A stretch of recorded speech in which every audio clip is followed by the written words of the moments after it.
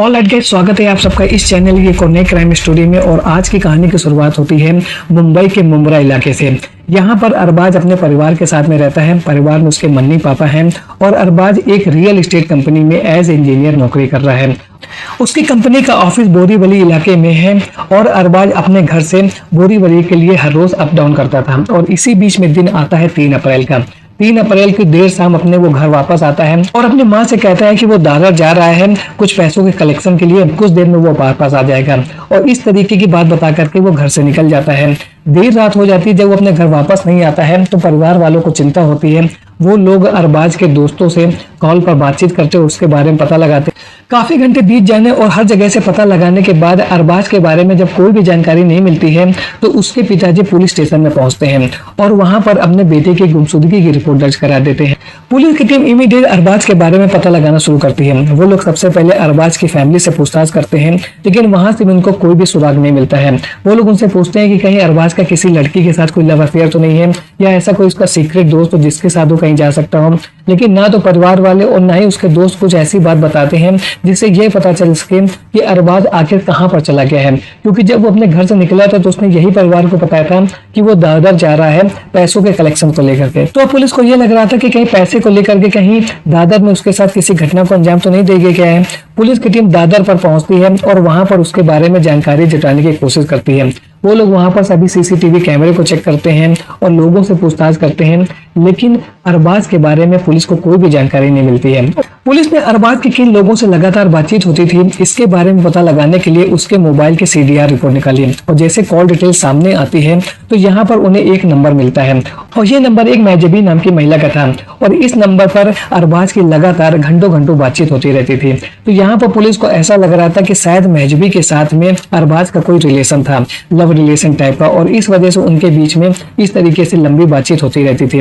लेकिन परिवार वालों को और साथ ही साथ दोस्तों को इस रिलेशन के बारे में नहीं पता था। इस बारे में पुलिस को डाउट हो रहा था कि कैसे अरबाज ने इस रिलेशन को बिल्कुल सीक्रेट बना करके रखा हुआ था। पुलिस की टीम महजबी से कांटेक्ट करती है और उससे पूछताछ करती है कि क्या 3 अप्रैल को अरबाज उससे मिलने के लिए आया था। तो यहाँ पर महजबी ने यही कहा कि 3 अप्रैल को उसकी अरबाज से मुलाकात नहीं हुई है। हाँ, पहले वो लोग एक दूसरे से मिले हैं लेकिन 3 अप्रैल को उनकी मुलाकात नहीं हुई है। पुलिस को यहाँ पर महजबी की बातचीत पे संदेह हो रहा था क्योंकि वो जिस तरीके से पुलिस के सवालों का जवाब दे रही थी और उसका जो फेस एक्सप्रेशन था उसको देख करके पुलिस को यही लग रहा था कि कहीं ना कहीं महजबी किसी बात को छुपा रही है। और इसके बाद पुलिस की टीम ने महजबी की कॉल डिटेल्स को निकाला और जैसे ही महजबी की कॉल डिटेल्स आती है तो उनको एक ऐसा सुराग मिलता है जिसने इस केस को लगभग क्रैक कर दिया था।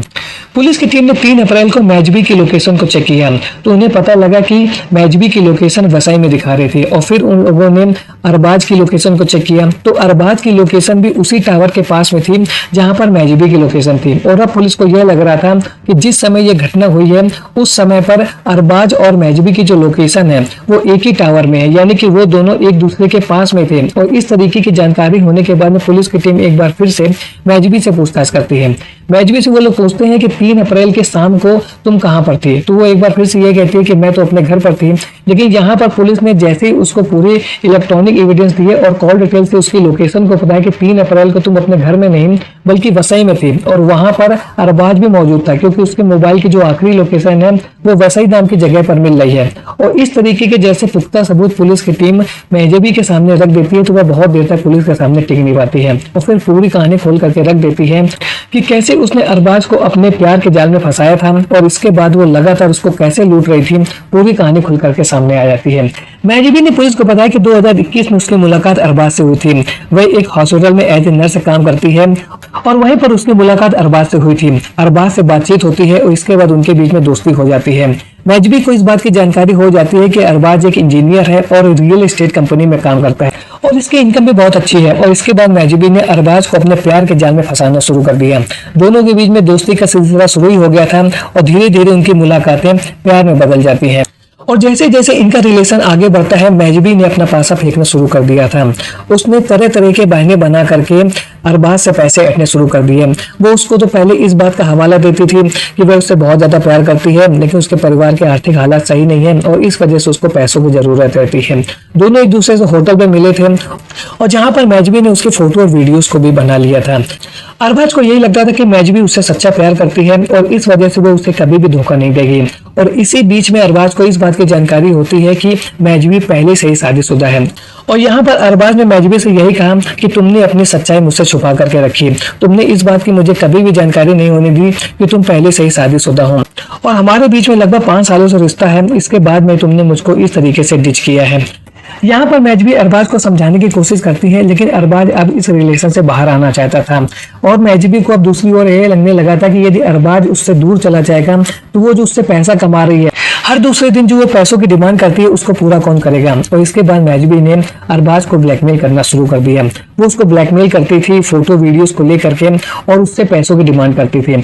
अरबाज उसके पैसों की डिमांड को पूरा कर रहा था और अब वो बुरी तरीके से महजबी के जाल में फंस चुका था। और इसी बीच में दिन आता है 2 अप्रैल का। 2 अप्रैल को महजबी ने उसको फोन किया और उससे कहा मुझे 50,000 रुपए की जरूरत है। और यहाँ पर अरबाज ने 50,000 रुपए का ऑनलाइन ट्रांजैक्शन महजबी को किया था। महजबी के पैसों की डिमांड थी वो लगातार बढ़ती जा रही थी और अब अरबाज को यही लग रहा था कि वो एक फूटी कौड़ी भी महजबी को नहीं दूंगा। और इसके बाद ही दूसरे दिन यानी कि 3 अप्रैल को महजबी ने एक ऐसी चाल चल दी जिसके बारे में अरबाज ने कभी भी नहीं सोचा था। महजबी ने 3 अप्रैल को अरबाज को फोन किया और उससे कहा कि मैं वैसाई में हूँ, मेरे घर पर आ जाओ।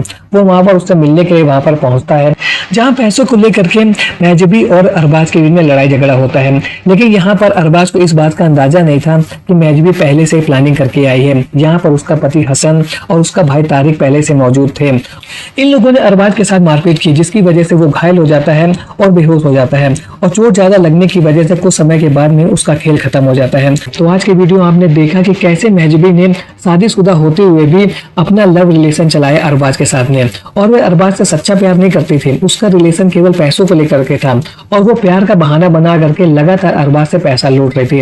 लेकिन जब अरबाज को इस बात का एहसास हो गया कि महजबी उसको धोखा दे रही है और वो अब इस रिलेशन से बाहर आना चाहता था, तो इसके बाद उसने पैसों की डिमांड ना पूरी करने की वजह से अरबाज के साथ इस तरीके की घटना को अंजाम दे दिया।